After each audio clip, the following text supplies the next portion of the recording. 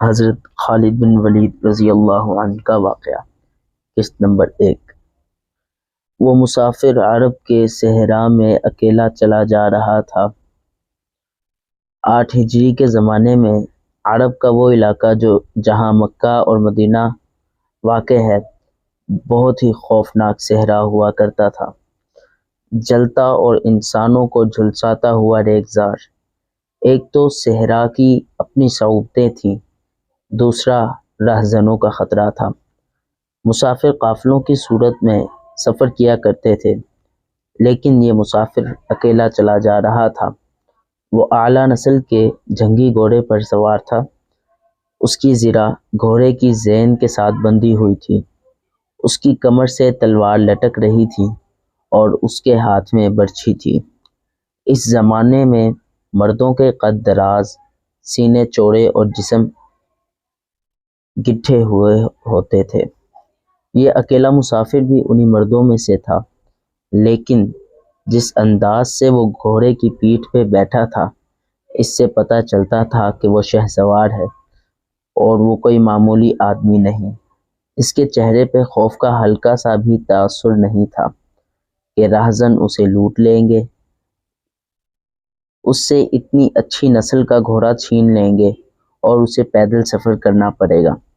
لیکن اس کے چہرے پہ جو تاثر تھا وہ قدرتی نہیں تھا۔ وہ کچھ سوچ رہا تھا، یادوں سے دل بہلا رہا تھا یا کچھ یادوں کو ذہن میں دفن کرنے کی کوشش کر رہا تھا۔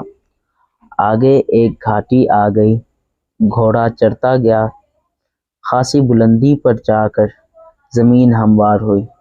سوار نے گھوڑا روک کر اسے گھمایا اور رکابوں پر کھڑا ہو کر پیچھے دیکھا۔ اسے مکہ نظر نہ آیا، مکہ افق کے نیچے چلا گیا تھا۔ ابو سلیمان، اسے جیسے آواز سنائی دی ہو، اب پیچھے نہ دیکھو، مکہ کو ذہن سے اتار دو۔ تم مرد میدان ہو، اپنے آپ کو 2 حصوں میں نہ کٹنے دو، اپنے فیصلے پر قائم رہو، تمہاری منزل مدینہ ہے۔ اس نے مکے کی سمت سے نگاہیں ہٹا لیں، گھوڑے کا رخ مدینے کی طرف کیا اور باغ کو ہلکا سا جھٹکا دیا۔ گھوڑا اپنے سوار کے اشارے سمجھتا تھا، نپی تلی چال چل پڑا۔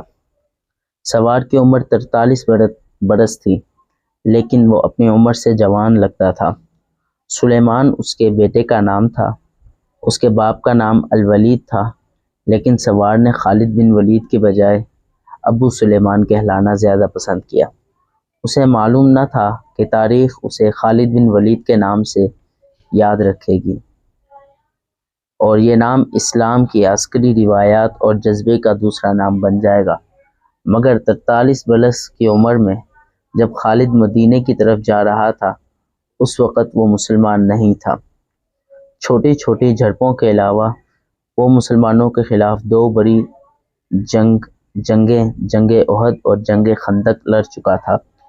جب رسول کریم صلی اللہ علیہ وسلم پر 610 سنہ عیسوی بروز سوموار پہلی وحی نازل ہوئی، اس وقت خالد کی عمر 24 سال تھی۔